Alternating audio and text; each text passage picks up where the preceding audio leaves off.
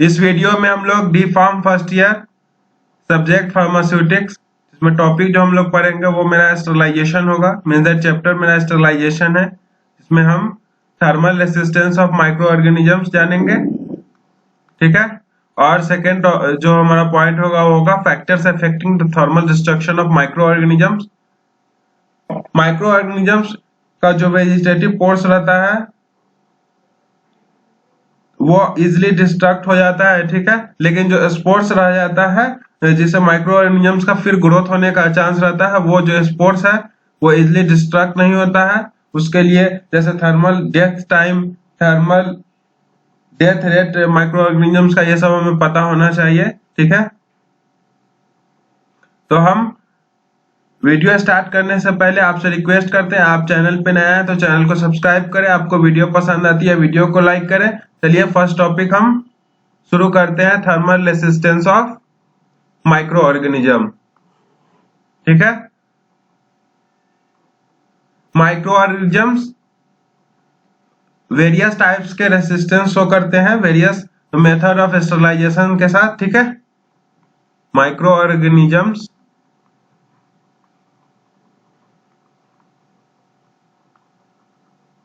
shows various resistance to different method of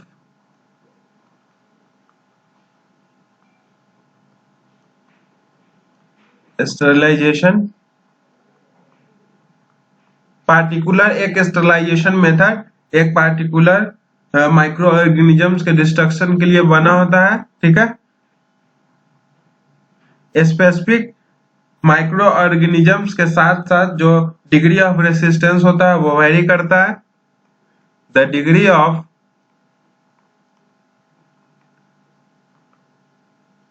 resistance means ये resistance destruction resistance का ही बात होगा यहाँ पे, various with the specific micro organisms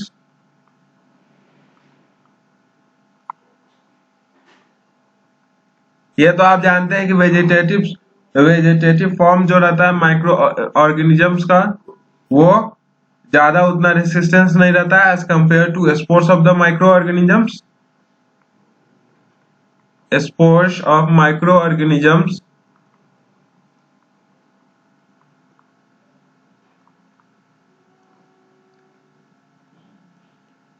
are more resistant than the vegetative forms of the organism,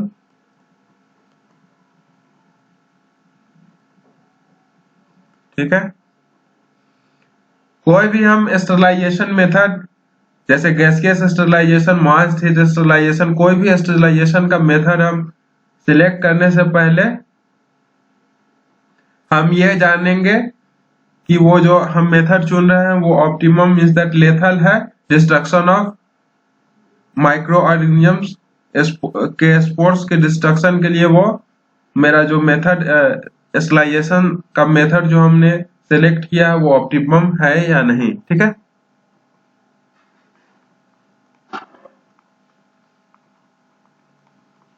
Before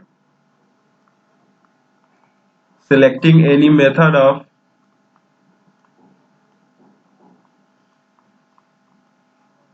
sterilization,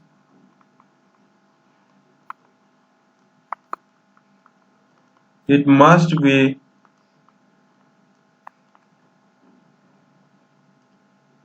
known that the selected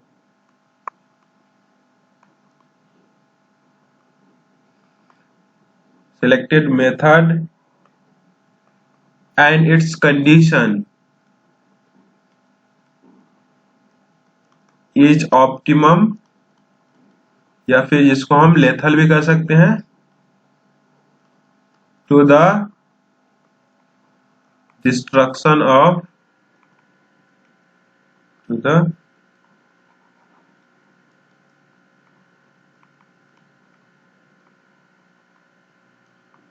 destruction of resistant spores,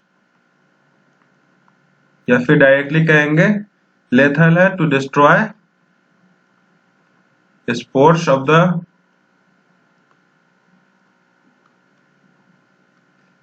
micro organisms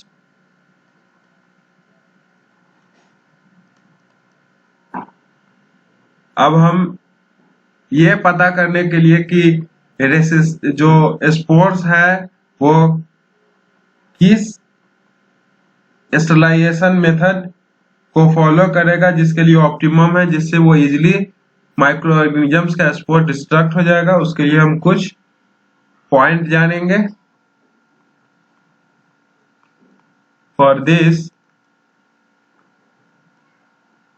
we should consider some points. ठीक है, जो first है मेरा वो है thermal death time. Thermal death time is defined as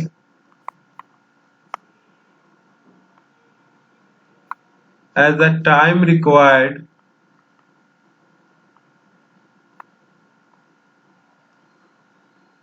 to kill a specific type of microorganisms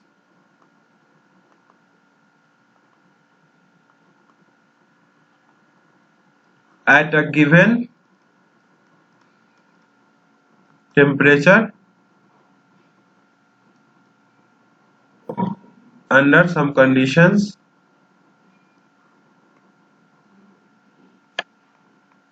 ठीक है, conditions मेरा जो हो जाएगा वह है टेम्परेचर, बेसिक मेरा कंडीशन, उसके बाद पीएच वैल्यू, उसके बाद प्रेजेंस ऑफ बैक्टीरिसाइड। ठीक है, फिर नंबर ऑफ कंटामिनेटिंग और microorganisms,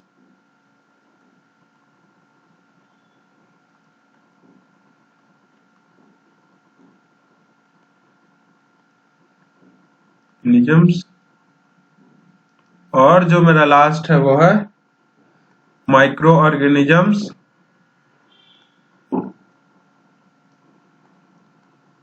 resistance to heat. ठीक है, मतलब इसका हुआ कि थर्मल डेथ टाइम का मतलब कि कोई भी एक specific type of micro organisms को एक गिवन कंडीशन मीन्स दैट वैसा कंडीशन जिसमें ऑप्टिमम टेम्परेचर हो, उस पे हम जब ट्रीट करेंगे तो वो स्पेसिफिक टाइप ऑफ जो माइक्रो ऑर्गेनिजम्स हम जो लिए थे वो डिकम्पोज मीन्स दैट डिस्ट्रक्ट हो जाएगा। ठीक है, सेकेंड जो मेरा कंडीशन है वो है death rate of micro organism.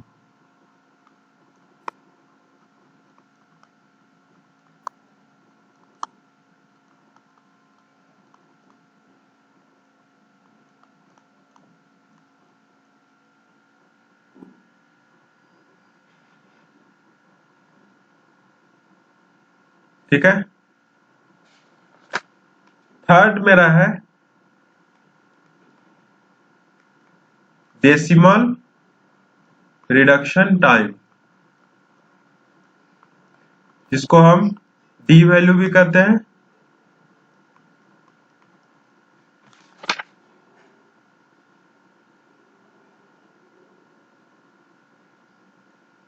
D value जानने से पहले हम death rate of micro organisms के बारे में कुछ जान लेते हैं।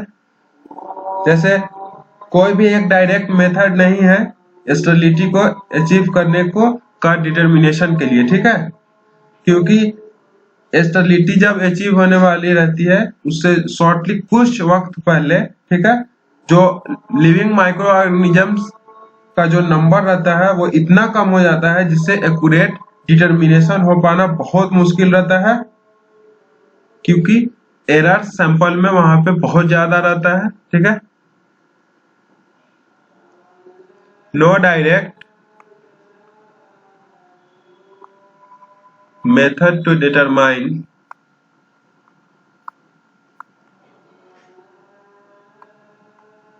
when the sterility will be achieved। Third जो मेरा हो गया वो है मेरा डेसिमल रिडक्शन टाइम, जिसको हम डी वैल्यू कहते हैं। It is defined as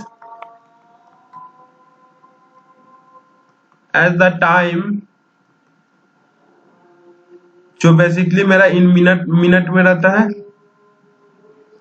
required to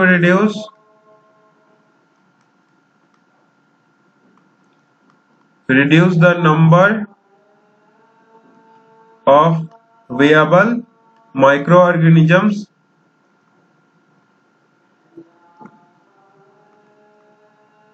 by 90%। ठीक है, मतलब 100% माइक्रो ऑर्गेनिजम्स है, मीन्स दैट आप इसको ऐसे कंसीडर कर सकते हैं कि 100 माइक्रो ऑर्गेनिजम्स है इन नंबर्स, जिसमें से 90 माइक्रो ऑर्गेनिजम्स का जो किलिंग टाइम है, ठीक है, उसको हम डेसिमल रिडक्शन टाइम कह सकते हैं। ठीक है, डी वैल्यू मेरा 1/k होता है, जो हम डिराइव भी करेंगे इसमें आगे इसी टॉपिक में। ठीक है, D value is one of the functions to indicate the efficiency of sterilization process। ठीक है, D value is one of the functions to indicate the efficiency of sterilization process। ठीक है, order of death of microorganisms।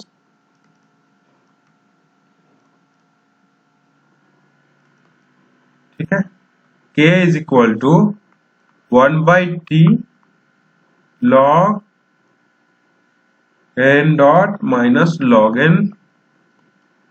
ठीक है, equation 1 हो गया। यहाँ K मेरा कांस्टेंट रहता है। ठीक है, T मेरा टाइम हो गया, n डॉट मेरा number of micro organisms viable at the beginning of time interval of the process। और जो मेरा n है वो नंबर ऑफ और micro organisms viable at the certain time interval।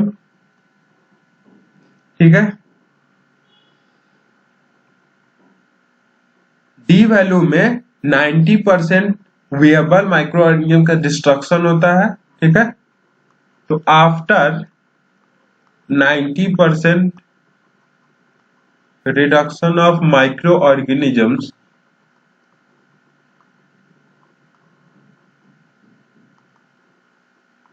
के constant is equal to 1/t। क्यों? तो मेरा k is equal to 1/t log n not minus log n था,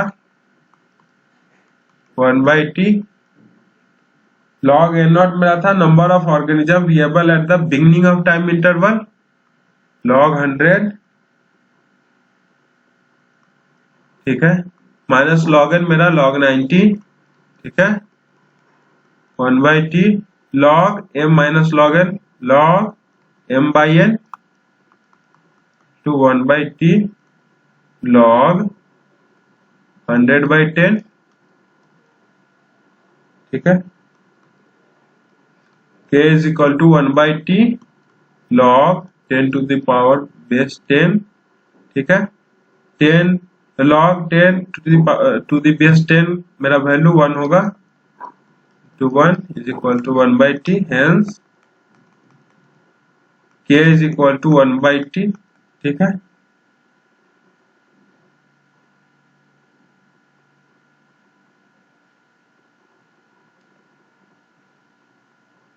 hence d value is equal to 1/k, जैसे t is equal to 1/k हो जाएगा यहाँ से, जैसे t के 1 हो गया, t मेरा 1/k हो जाएगा, ये मेरा d वैल्यू है 1/k, ठीक है। इसके बाद हम फैक्टर्स अफेक्टिंग, जो मेरा सेकेंड टॉपिक था, factors affecting the thermal destruction of micro organisms. हम कुछ फैक्टर्स के बारे में जानेंगे जो अफेक्ट करता है थर्मल डिकम्पोजिशन को, ठीक है। जो सबसे फर्स्ट है मेरा वो है pH,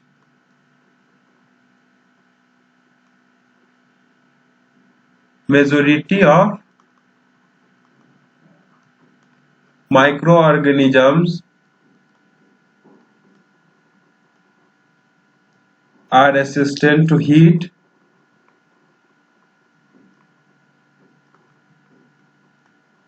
at a pH of 6 to 8, ठीक है।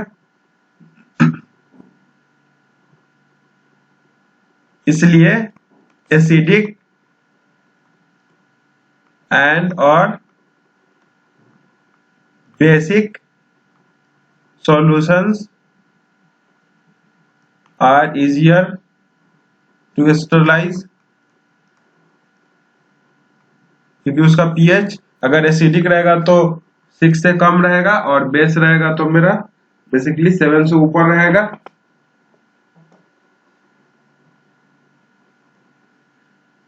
ठीक है। सेकेंड जो मेरा फैक्टर है वो मेरा प्रोटेक्टिव कोट,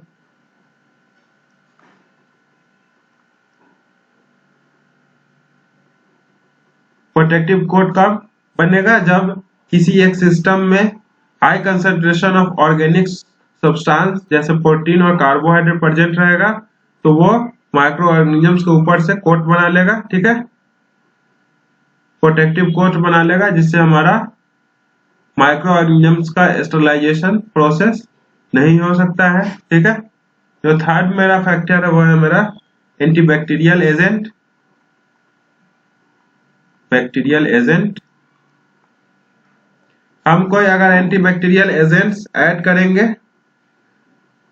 सॉल्यूशन में जिसको हम स्टरलाइज करना है, जैसे हम कोई एंटीबैक्टीरियल एजेंट बैक्टीरिसाइड वहां पे डाल दिए उसमें, तो हम उसको स्टरलाइज कर सकते हैं इजिली, ठीक है, क्योंकि उससे जो थर्मल टेम्परेचर जो नीडेड रहता है स्टरलाइजेशन के लिए वो कम हो जाएगा। और ये यूजफुल कब है, जब हम थर्मो रिएबल सब्सटेंस का स्टरलाइजेशन कर रहे होंगे तब। उसके बाद हम फोर्थ मेरा फैक्टर है इनहिबिटरी मेडिकामेंट्स।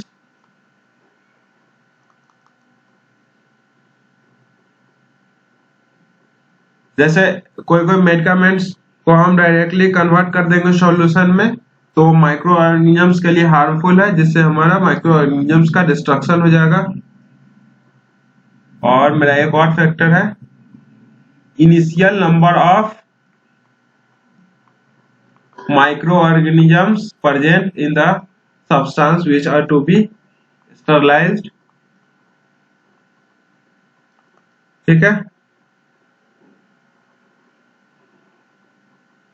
क्योंकि जो initial number of micro organisms है, यह अगर कम है माइक्रो ऑर्गेनिजम्स, तो उसको लेथल नंबर ऑफ टेम्परेचर पे जब हम हीट करेंगे तो पूरा तो माइक्रो ऑर्गेनिजम्स एक बार में डायरेक्टली स्पोर्स तक उसका किल नहीं, मतलब डिस्ट्रक्ट नहीं होगा, लेकिन उसको हम प्रोलॉन्ग टाइम तक एक्सपोज करेंगे हीट में तो वो किल हो जाएगा, पूरा डिस्ट्रक्ट हो जाएगा उसका स्पोर्स तक, ठीक है। और the inactivation factor of the process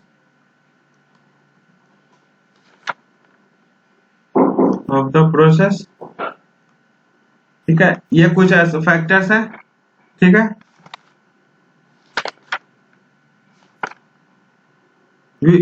ये आपको 5-6 हम फैक्टर्स बताएं जो अफेक्ट करता है thermal destruction of micro organisms का, ठीक है। होप आपको वीडियो पसंद आई होगी। वीडियो पसंद आई तो वीडियो को लाइक कर दे, चैनल को सब्सक्राइब कर